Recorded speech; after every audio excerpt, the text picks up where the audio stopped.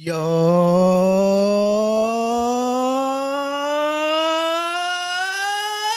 it is another edition of the Ios Podcast, sponsored by Miller Lite, official partner of the Philadelphia Phillies. Taste like Miller time, Philadelphia. Celebrate responsibly. Fritzy, we just win series. That's all they do. They never lose series anymore.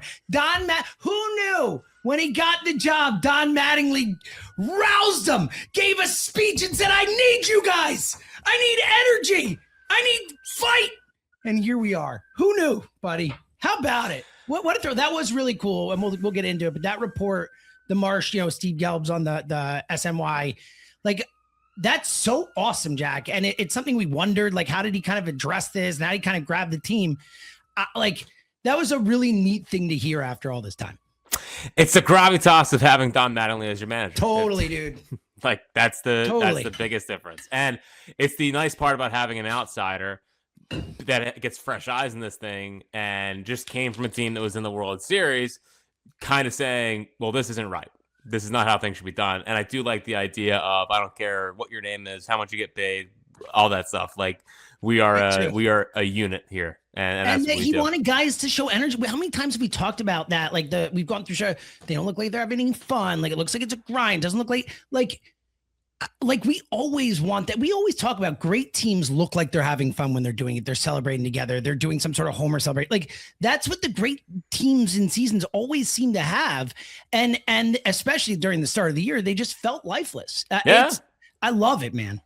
Yeah, no, it's big stuff. And then, yes, they took 2 or 3. Yesterday was maybe the most lost win of all time. Unbelievable, dude. It was like, not only did Luzardo in the 4th and 5th just have to grit and grind his way through just some brutal They all did. I mean, situations. Kerkering didn't have it. Duran did. They just got through it, man. Even the Schwarber homer was like a pop out. And it's just like one of those that he has where it just like keeps going and going and going. It's crazy, man.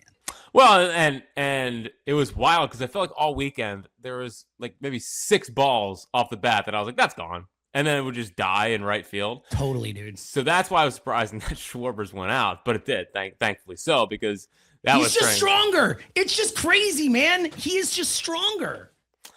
Yes. So he was, Kerkering, the Ronnie Mauricio swinging at a 1-0 pitch for no reason.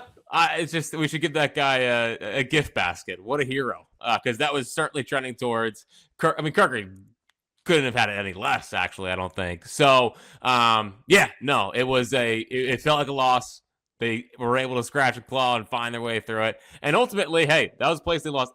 I didn't realize it got to 10 straight losses up there. Dude, I said that to Emily when they won that first game and it flashed that thing, and I said to Emily, I'm like, 10 straight? No way it's been 10 straight. Yeah, we knew they had the bad stretch, but 10 straight, that's over 2 years. They lost for a full year there. Like, that's crazy. And they had to have included the postseason as well, because obviously they did not win a game up there. Yeah, so thanks for that. So I mean, they were 8-22 in their last 30 heading into games at Citi Field, and then they lost their last 10. So at least maybe we ridded ourselves of the kind of curse up there. But man, at least we won't be going there for the playoffs this year, so that's nice. Dude, they stink. They stink, dude. They stink, and they have bad vibes. Like everything about that team is just off, man.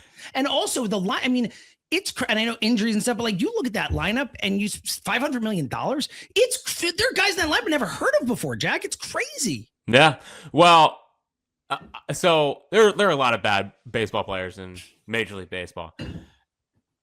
I think Brett Beatty might be the worst. How he still is getting shots at the big league level is crazy. It's because he was a prospect. That was it. That's the only reason. That dude stinks, man. Like, he stinks. And the fact that they walked him 3 times yesterday, like, if I'm Caleb Cotham, I'm walking out to the mound and say, you're going to run this entire stadium for I don't care how long it takes. If you walk Brett Beatty one more time, like we need a little huddle up session with the pitchers and say that dude stinks. But like Beatty never taken a step forward. Francisco Alvarez has never. At one point, he was the number 1 prospect in baseball, right? I'm not crazy. I never know if he got to 1, but he was like top 4, top 3, top 5, like somewhere in there. Like he might have gotten to 1, but he was legit. Now, I do think they have two players in Carson Bench and AJ Ewing. I think that those guys are. I like AJ Ewing a lot. I think that dude's good. Yeah. Bench has that like really. He's kind of what you wish Stott was with the big loopy swing that does. He actually looks like he's legitimately swinging a pool noodle, but he gets some hits out of it. So those two are good. And the annoying part about those two is that they don't have the Nimmo annoyance factor. They're just solid players that I like. Like I don't mind those guys. But yeah, dude, they feel just about as lost of a team as they got rid of Mets. They got rid of Mets. all the Mets, like their dudes, like Nimmo, Alonso, and McNeil arguably were like the trio of Mets. It's crazy.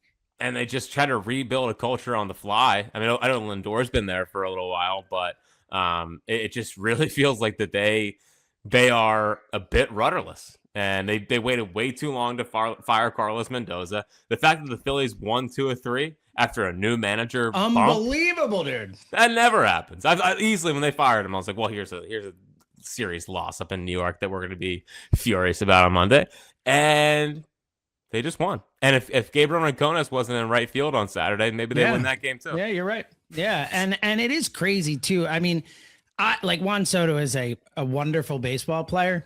But man, like it feels off with him. It feels off with him up there. I mean, he doesn't run like you want to talk about not running stuff out. He is like some of them are egregious. Some of them it's like, man, like you would be buried in Philadelphia if you did that. And like there is something. And again, I think you can win with him. He has won a World Series. He's been a great player, but there is something off with him right now in New York and with the vibes and all that.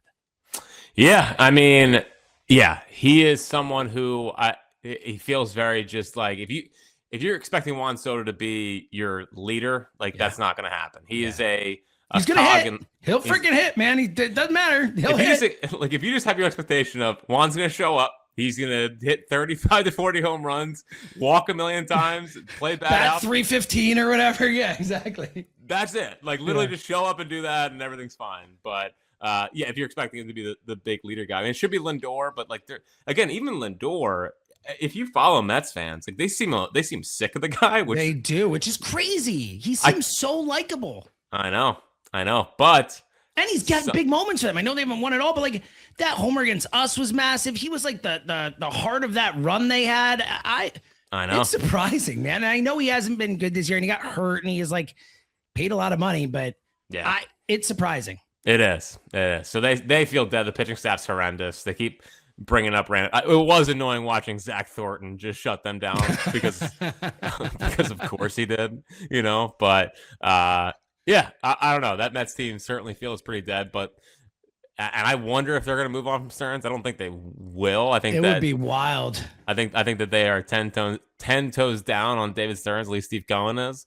And he'll give him every opportunity to figure this thing out. But man, I thought this was going to be a Phillies Mets kind of chase down for the division, and now it's Phillies Braves. And by the way, three games back. 3 games. I'm actually getting to the point where I'm worried about winning the division by too much. Yeah, dude. I want this thing to slow down. If I had to bet, and again, I think it's going to be close, but if I had to bet my life today, I would bet on the Phillies winning the division. I would. Oh yeah. I think they're a better team than the Braves right now, and I think they are built better. Yeah, I think the Braves are falling a little bit on. Well, there's always going to be a regression. The injuries are killing them too. To be fair, the injuries have hurt the Braves. Well, that's just another year. But every year, right? It is unbelievable. You're right. Yeah. That's a great point. Yeah, but there's a little regression to the mean happening with the Braves. I mean, they were playing at an insanely hot pace that heading into the year did not suggest that they were going to be able to do. So, this is. I would like for it to stay close. I'm not saying I hope the Phillies, fall to 5 games back, but I want them playing as meaningful competitive baseball as they can. I would love I now want the third division. Yeah, I don't want the bye. I was going to say that to you. It's like, I don't want to buy. I really don't. I know that I'm fine with it if they get it, but I'm sorry. We've seen them not get a bye twice and go further in the playoffs and get a bye twice and lose immediately. Sorry, I feel that. And I don't think they know how to handle the bye week. Not like they're out, partying all the time. I just think that like last year they tried some different things. The year before they tried some different things, and they just can't They can't get it going. I think the one aspect of the team that's hurt the most is the bullpen. Bullpen has been really good the last 2 years, 100%. and then fallen apart in October. So those guys having time off of not being in real adrenaline pumping situations, I think that hurts them. Now, at the same time, we are currently watching the bullpen, and I tell you what, James, there's about one guy that I trust. And Joan Duran. That's it. It is. I want to get to Derek Hill and some of this stuff, but quickly, because you mentioned the pen, like that. I might have gotten to the point, and I'm not 100% sure I would, if you could only have one, and obviously have multiple needs. I'm not 100% sure I'd take a relief pitcher over a hitter, but I might. That's where I'm getting to in terms of how desperate this bullpen need feels, and how, like, we know they need a hitter, but like, I think, you hope they get hot. They have guys who could get hot. I don't think this bullpen right now is good enough to get it done. Like, full stop. Yeah. I'm still definitely in the hitter mindset, but I hear you. The good part is they're going to get both. Yeah, get both. Yeah, I would have thought. They can't. Like, they probably won't survive. And you look at where they are right now. Kerkering had one good outing this week out of 3. Yesterday was not a good outing. I don't care that he held the lead. That was a horrendous outing. Bolin has had a bad week. Alvarado, every time if he works a clean inning, can't trust him. You just can't trust him. It's a minor miracle. Backus has come back and not been good at all. So, Meza, what he is. He's perfectly fine as your third lefty / opener guy. Awesome. Everyone, like, I know, like, Brad Keller could be one of their deadline acquisitions, I guess, if you want to throw that out, but he has not been good this year either. So, bullpen is now at the forefront. It's jump starting pitching for sure. At least Nola can just be serviceable. You feel fine about it. But yeah, finding someone. The problem is, like, a lot of the teams, there's just not many guys out there. I mean, well, and also, Jack, real quick, in the market, there are like way more teams in the National League competing than I. There's only like 5 teams under 500 in the National League. And so, like, and in the American League, it's so weird with only 2 teams above, 4 teams above 500, and the Guardians, whatever, are right above it. Like, it's a weird market. It is going to be a seller's market, is what I'm trying to say, because of how many teams are still in it. Yeah, for sure. Now, there's actually 2 guys this weekend that caught my eye a little bit. Dude, I need Brazoban on this team. I would take Brazoban in second. I feel like when he was even on the Marlins and with the Mets, he pitched every single game. It doesn't, like, that guy must have the most rubber arm in America. It's unbelievable. He is always pitching, and this year he's been insane. I mean, he's got what, a 194. Did you know he's 36, by the way? No, is he really? Yeah, dude, I think it's like 32, 33. Wow. Yeah, I thought he was early 30s, 36. Yeah, but yeah, wow. So Brazoban, and then now Luke Weaver's on the same deal as Brad Keller. Your guy, you back in on Luke Weaver? You back? Always back. Because you left him for a minute. You're back. Okay, good. I always did. I was dipping my toe out of the Luke Weaver market. Good. But I'm ready to cannonball back in. But Brazoban, and actually Brooks Raley, I would like. Sure. Raley, I would like a little bit too. It's like not a lefty that's going to cost a lot, but someone who's pretty reliable and it's been around forever. Reminds me of. Remember when they traded for Aaron Loop? Of course. Yeah, from the Blue Jays. Yeah, of course. And then I think he went to the Mets and had like a 1-something ERA. He was great with the Mets. Yeah, stunk. Horrendous here. Yeah. Horrendous here. So, no, the bullpen is certainly a big deal. Chapman's the one that, is really interesting. He blew that save last night, but like Willie that was not his fault. Did you watch it? Yeah. I mean, first of all, one of the worst throws you'll ever see. I mean, Willie Abreu just sails it over the cutoff man. That scored a run. And then the other run, like, it was a run on third plate at the plate. And he beat it. Like, that was not Aroldis Chapman's fault at all. Like, He gave up a hit, but it was like, come on, man. Still in. And it's so funny. How about, real quick, Sonny Gray, like 7 no-hit innings. By the way, do you see that fact about him? What a wild one. He got his 2000th strikeout in his 2000th inning pitch. Oh, wow. Isn't that first person in baseball history to ever do that? That's nice symmetry. Yeah, symmetry. That's like how Harper and Schwarber are gonna hit 400 in the same game. I know. And Schwarber's is gonna be for 61, which is insane.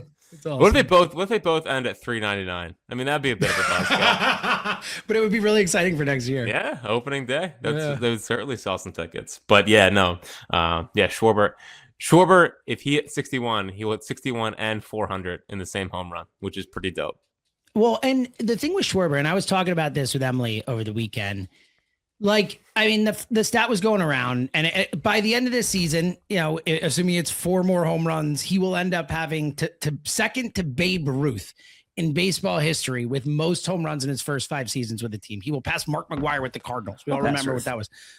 You think so? Isn't he? He's only 18 behind. I thought he was like 30 behind. He's 18, so he might pass her. So, okay, I didn't realize he's that close. So either way, so he has a chance to have the most. The point being that first and foremost, he's turning himself into a Hall of Famer potentially, but also like he is not just one of the great Phillies home runs hitters we've ever seen. I mean, he's it's him, Howard, Tommy Schmidt in our lifetime. He is one of the great home run hitters of our lifetime, Jack, in terms of and especially in terms of just the eye test, he just obviously the fly balls that just sail out, but he hits tank shots. He hits no doubters.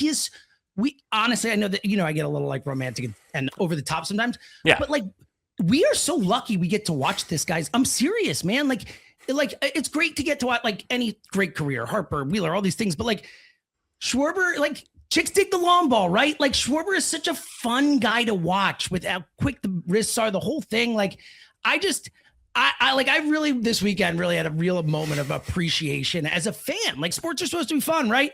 He is such a fun guy to have on our team, and I'm so excited we get to like watch this play out. Yeah, I mean we're watching what could be breaking Ryan Howard's 58 home run mark this year, which would be crazy. I mean, I thought that was going to stand for a long time. And last year, had he broken, I would have felt a little certain way because he wasn't signed up to be a Philly for life. But now, if he does it, I'm way more on board. And hopefully, it ends in a World Series as well. He is also on pace. He's on pace to hit 60 home runs and set the single season strikeout record. I know. But you know what? He's batting close to 260. He's like 250 something. So it's like, I know the strikeouts are there, but he's having his best average season ever as a Philly in addition to this power. So I know the strikeouts are bad, but I will definitely take the strikeouts for the 60 homers and a 250 average. Yeah. I mean, this is one of those ones where you got to live with the strikeouts. Yeah. I will take them. I would take that 100 times out. I don't care. Like, give them to me. 256 right now. On pace for the strikeout record and on pace for 60 home runs. So it's what an a player. Unbelievable season. It really is. And he's going to be a Hall of Famer when it's all said and done, when he's over 500 home runs. It's really cool, man.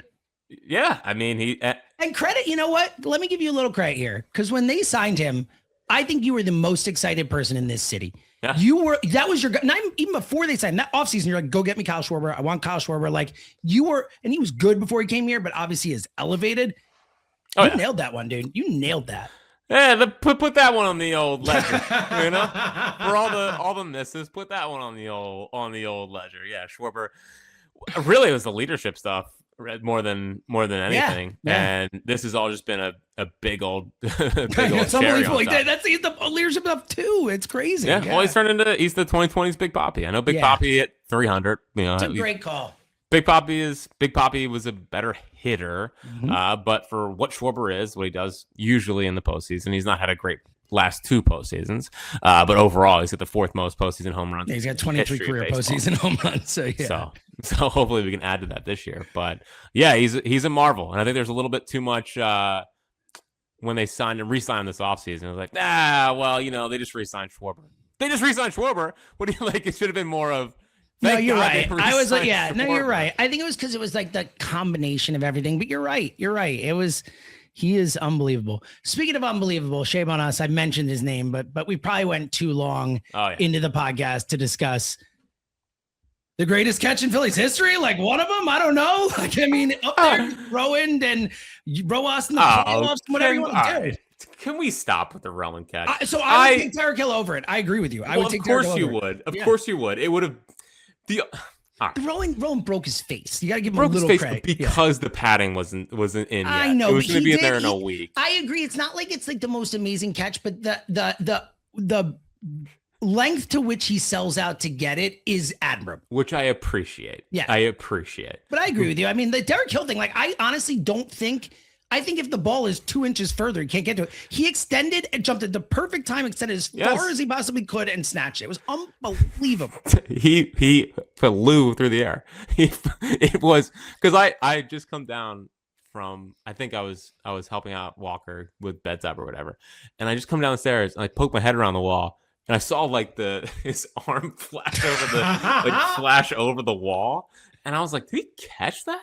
Yeah. And then you go and you watch it a million times, and it like the one that came to mind immediately was Revere out in Cincinnati. Mm-hmm. Yep.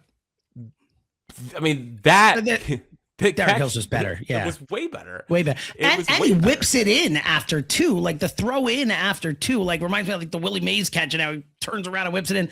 But also, Jack, you know what? When you said the replays and stuff, I was saying this to Emily. I think there aren't that many defensive plays where every new replay you see, you're more impressed with it. Like every angle, it's like, wow, it's even further. Someone went further back than I thought. And you see another angle and you're like, oh my God, look how far off the ground he is. It's like every little aspect of it, slow motion. It's like, oh my God, look at the steps he took. Like, it's like every little bit of it gets more and more impressive when you watch it. And I think that is a really rare thing.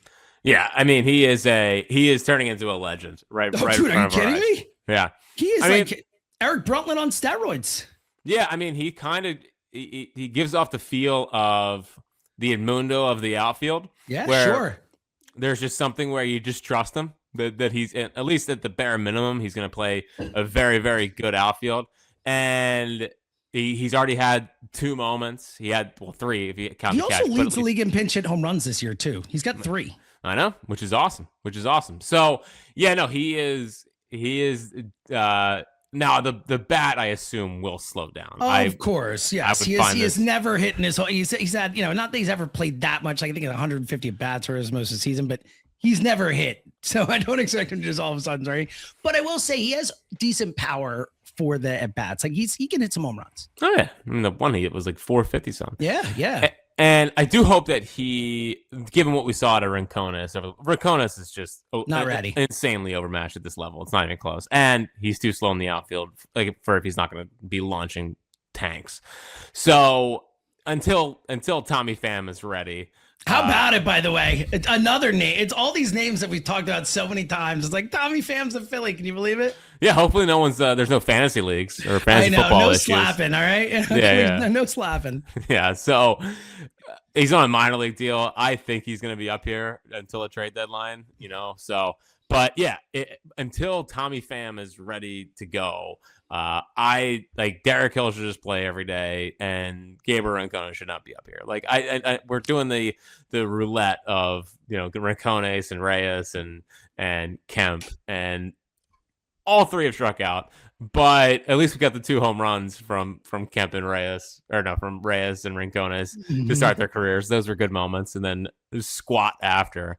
But yeah, no, Rincones, it was the at bat Saturday where he was just awful. Grossly overmatched. Overmatched is the word. Like that, when you watch him, that's the word that comes to mind. Oh yeah. No, he's got no shot up here. So we'll see what they do. But at least for the time being, just give Derek Hill some runway out there. And at worst case scenario is that you have great defense in right, left. And actually, Crawford, to his credit, he's gotten better. Yeah. I mean, it's been a while since we've had like just a pure misread out there. So even Crawford is kind of selling in both at the plate and in center field. I thought he looked pretty good. I think he's looked pretty good at the plate last like 2 series, hitting the ball harder. Now the more opposite way, which is fine. But I think he's hitting 314 in his last 17 games, maybe, or one of those. That's something. Signs of life. We're just looking for signs of life out there. 22 or whatever, 23. Yeah. He's young still. He's fine. Though I also with Derek Hill too, and I texted you this. Like the catch was amazing, and obviously it was like the first inning or whatever, it was early. So like you're like, wow, look at this. But he also just plays a damn good center field. He makes good reads. He gets to balls, like good jumps. I was impressed with him as a center fielder across the board. So to your point, I think, look, they didn't have a guy like that. To your point, they had and look, we'll see if Derek Hill can keep it up. But they needed a Sosa of the outfield. I mean, Sosa has been great in that role, but they have not been able to, whether it's Kemp or any of these guys they brought up, then obviously the guys they've signed, the Merrifields and all these guys, like none of them have been able to handle it. So if you could, steal a guy who can give you some big at bats, who you can count on to maybe pop one out of the park in a pinch hit spot, who you could put in the 8th inning of a playoff game when you have a lead as a defense replacement, like those guys are valuable. It's like Yohan Rojas, but he can hit a little bit. Like that's valuable. So it's exciting. One other thing I want to talk about the weekend, and then you can get to more in the take bag, but I do think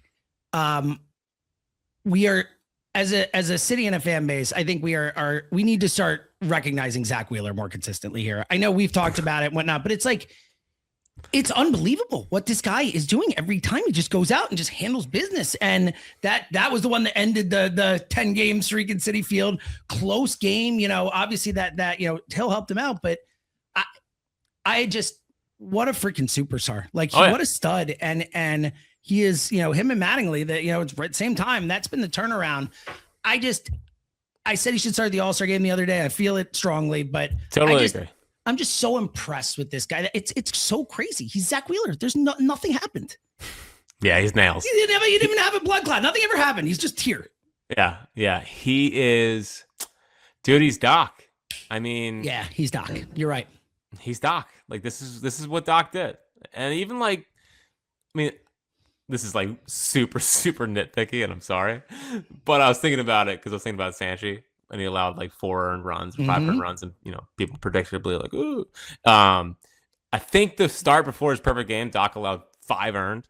Did he? Yeah. So like, one of those things where they usually rebound. And Wheeler's had like 5 stinkers, I think, in his last 3 years. That Orioles game stands out. I remember that one. Like, but you could think about them. Like, there are only a couple of them. Yeah. I mean, the one this year, he allowed 4 home runs. That was, but even that, like. He is, we, for as much as we need to talk about appreciating Schwarber and what he's done and Harp for what he's done. I mean, this guy is the one that you don't see this at 36, 37. Now I know it has happened. Scherzer, Verlander, sure. Like, those guys have done it. They've been going back to Nolan Ryan, but it's rare. The point is like, you can, it's a short list of guys who have done this, who have been this great at this age after this long a career. And it's just, if something's not working early, he finds some way, some other pitch that is working, and he gets his way through it. The fastball is right back to what it's always been.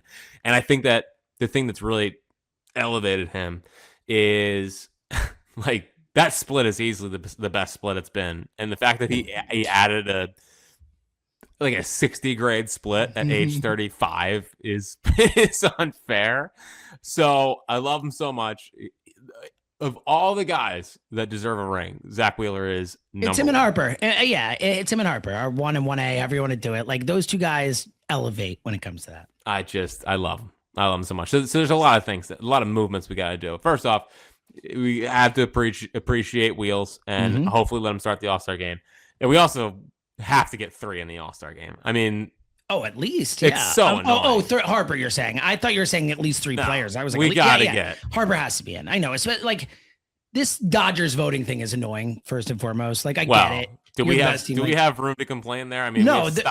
Yeah, I know. You're right. I know. And at least they're the best team in baseball. I know. It's just like, yeah, I know. You're right. Yes, that's fair. You're right. Good comeback. I don't know if we have room to complain. Nope. It's just Harper's numbers are not better than those guys. And like, if there's one guy that I need starting the All-Star game in Philadelphia, it's not only Zach Wheeler, but it needs to be freaking Bryce Harper. Like, you can do your whole not elite nonsense all you want. He is a superstar. Great player having a great year. And it's the All-Star game. It's the All-Star game. And can I be honest with you? I believe him when he talked about his base running on Saturday. Really? That was not an annoying, for me, not an annoying Harper throw out second base. It was less annoying than other ones, but I was definitely like, come on, man. Was not annoying. 215-592-9494. So, yeah, we got to grow up with the Harper not in the All-Star game thing. Totally agree. He'll make it, but he should be starting. I totally agree with you. And I think he'll make it, but I'm with you. All right, take back in a sec. Shout out to the Misconduct Tavern. Today's show is sponsored by Miller Lite and the Misconduct Tavern on Locust Street. Been to Misconduct many times. Great spot. Yeah. Check out Misconduct Tavern for every Phillies game. Enjoy $5 Miller Lite pints and 16-ounce aluminum buckets for just $33. Enjoy their award-winning burgers and freshly shucked oysters.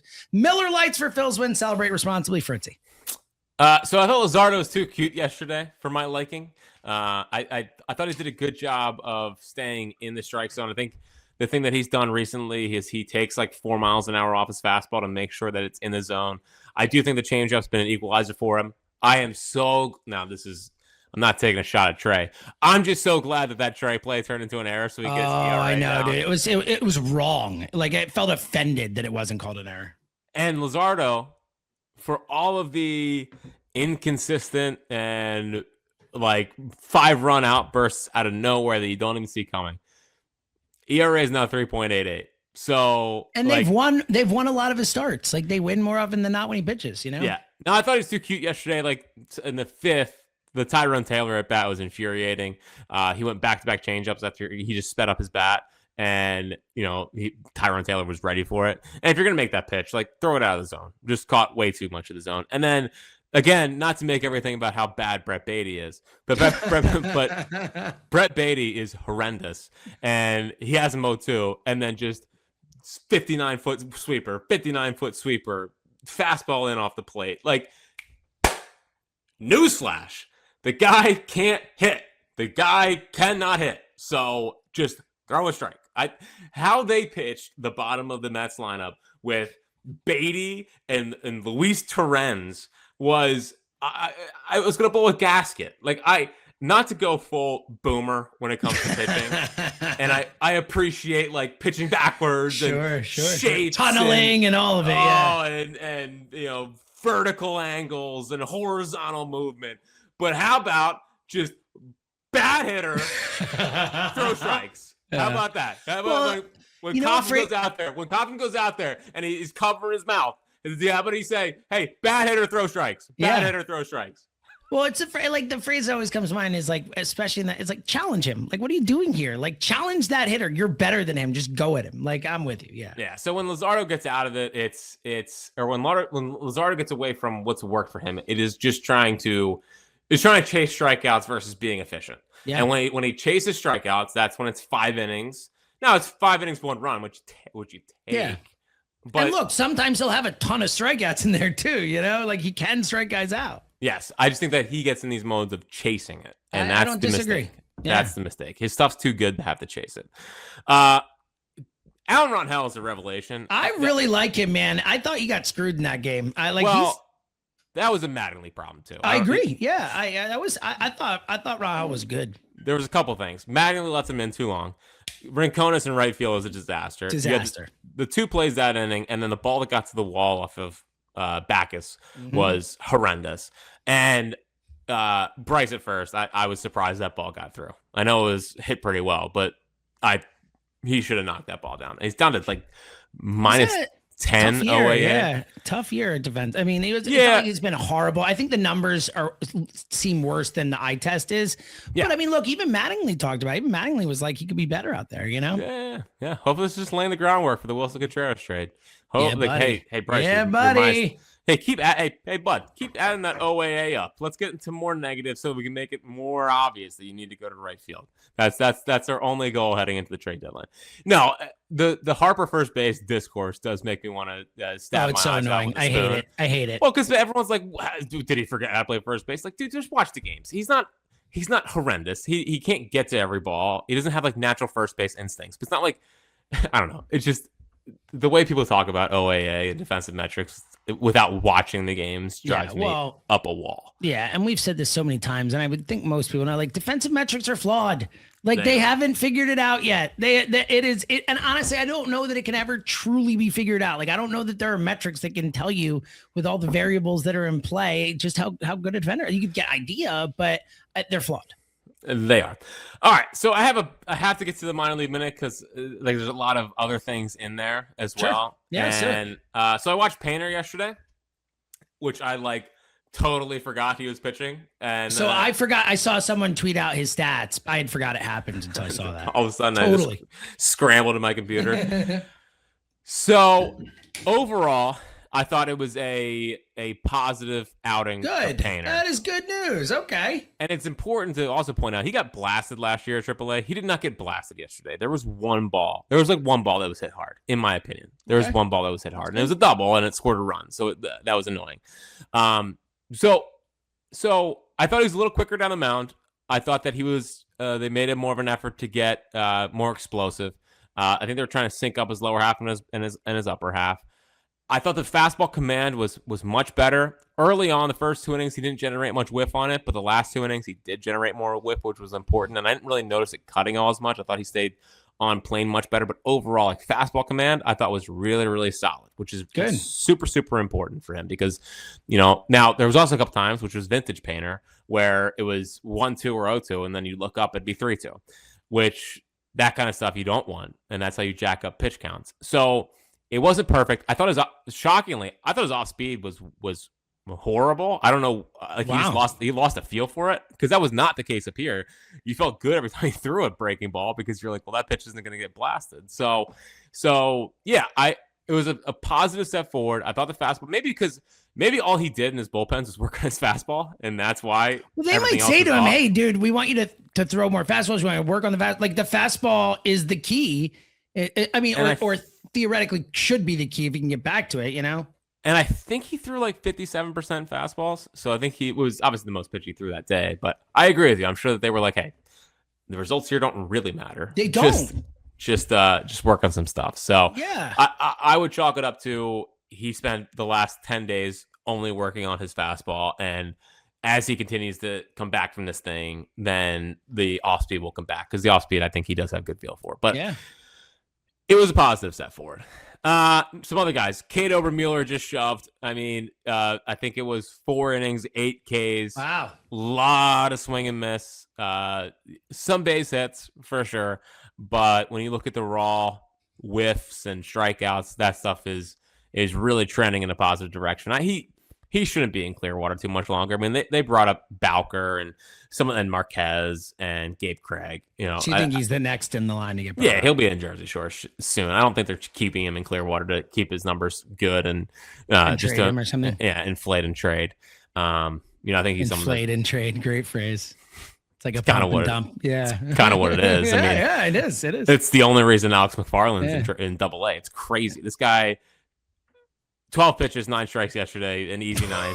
Like, it's just so dumb. The Alex McFarland thing is the dumbest thing they're doing because he's only in Double-A so that they don't give him the Triple-A ball and things don't go well just to trade him, where it's like, well, what if he's good now? What if he's good and could he help you in the bullpen? Like, what are we doing, right? Like, would I rather have, Sugar, his insanity run might be over, but, like, Sugar insanity, maybe a little strong with the run, but I like it. Yeah, Sugar or Alex McFarland. Like, let's just see what Alex McFarland. Like, Sugar has options. Let him go down. I'm with you. Yeah. Catch his breath a little bit. He's pitched a lot. I don't know. I find what they're doing with McFarland to be infuriating.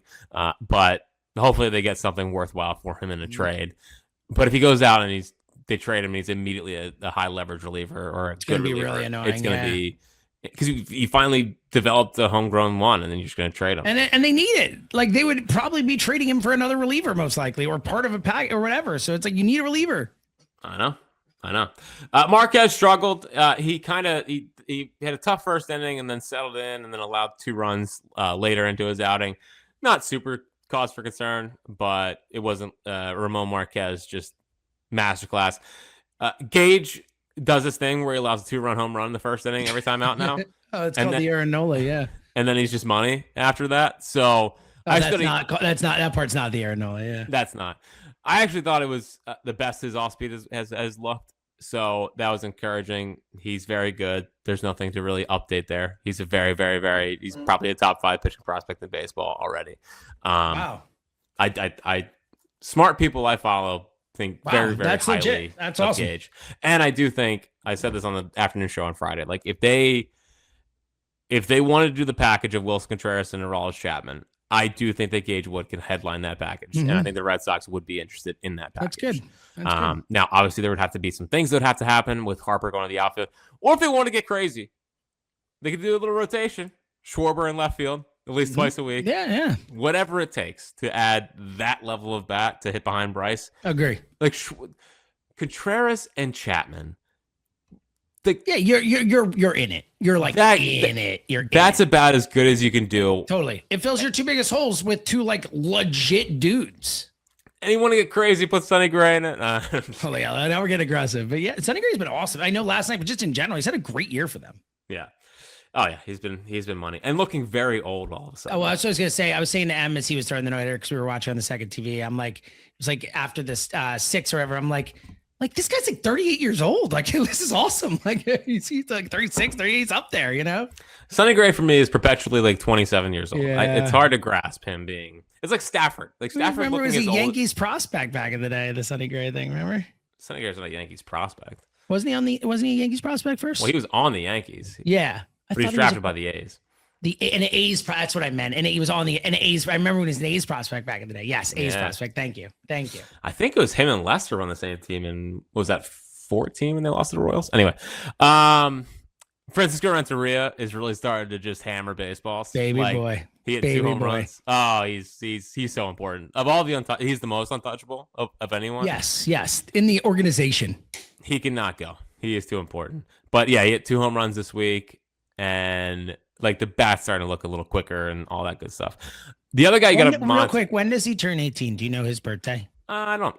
I'm just generally wondering. It's not a huge deal. I just didn't know exactly like how old.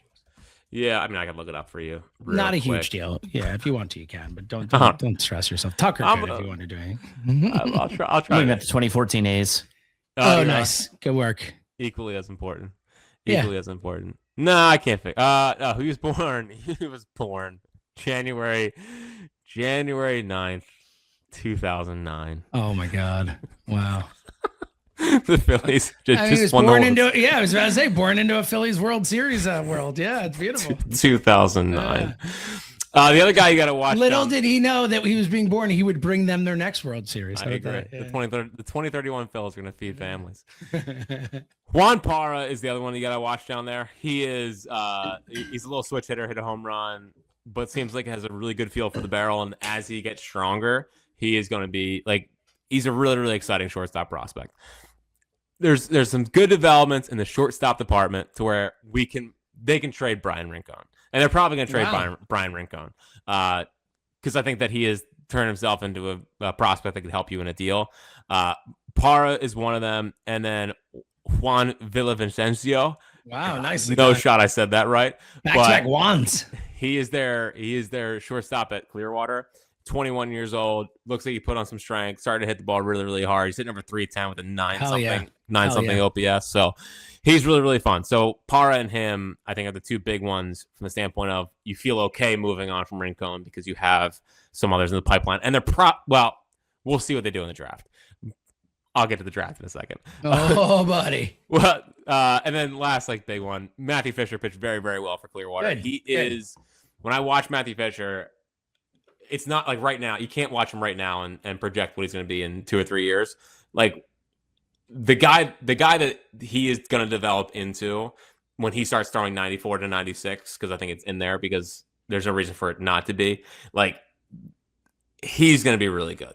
The guy they have right now is just kind of pitching his way through it. He's 89 to 92. He's young, really young still too. Yeah. But when he gets stronger and that fastball goes up, the way he can spin a baseball at 18 and then to go with the fastball that he'll eventually learn a little changeup. Like there's just a lot of pitchability in Matthew Fisher, and I really hope they don't trade him at the deadline because I think there's a very, very solid big league pitcher in there that I would like to see developed. And then quick thing, Raylan Heredia and Arun Escobar heating up at just the right time. Yeah, just buddy. the right time. Important. We need you for the next month. Yeah, Arun, you're important, buddy. Do it. You guys gotta have a month.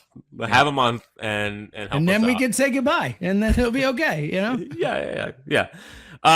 The draft is quickly approaching. Really quick, yeah. I'm All-Star games approaching. You know what that means? Yeah. The draft's approaching, yeah. And in real sicko hours, probably got up 5:36 yesterday. And thankfully the boys were like, you know what, Dad?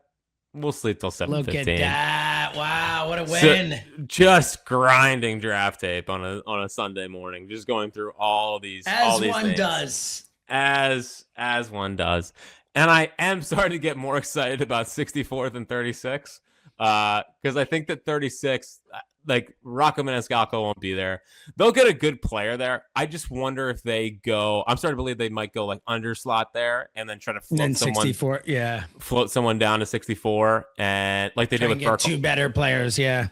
like Burkholder, like what they did with Burkholder. And Burkholder, dude, he's starting to show some real pop, which is exciting. He had 2 home runs this week. But yeah, like I think that might, unless like a Logan Redmond is there. He's this pitcher from UCLA who had a little bit of arm fatigue, but was like 97 and 99. He's UCLA's Friday night guy.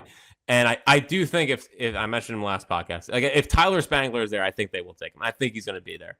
I think that those guys are guys that would spend big money on. A couple of guys that they follow, like Chase Brunson, I've developed into a huge fan of. But that's, again, we don't need to do the whole guys I love, guys I would like, guys that I would talk myself into. We'll get there. Yeah. But I don't hate the idea with the options who I think are going to be there at 64, some of these high school kids, of going potentially under slot first and then spending big money at 64. And there's a couple float candidates that I think that they will be all over as well, just like Matthew Fisher. So very, very exciting stuff. And it's only going to get more sicko for the next 2 weeks. I can't wait. It's going to be awesome. All right.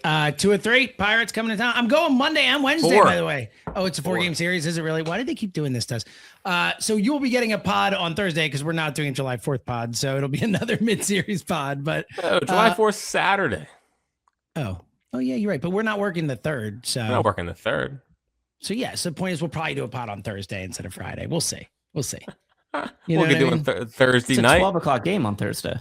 Yeah. Oh, it's a noon game. Oh, all right. Well, let's see that then. All right. Well, either way, Thursday we're doing a pod. That's what I said. All right. Yeah. You guys are crushing me here. Nice. I'm going Monday and Wednesday, so I'll be down at the park. Should be fun. For any reason? On Wednesday. So yeah, today we're doing the fantastic auction morning show thing, but Wednesday is my sister-in-law's birthday.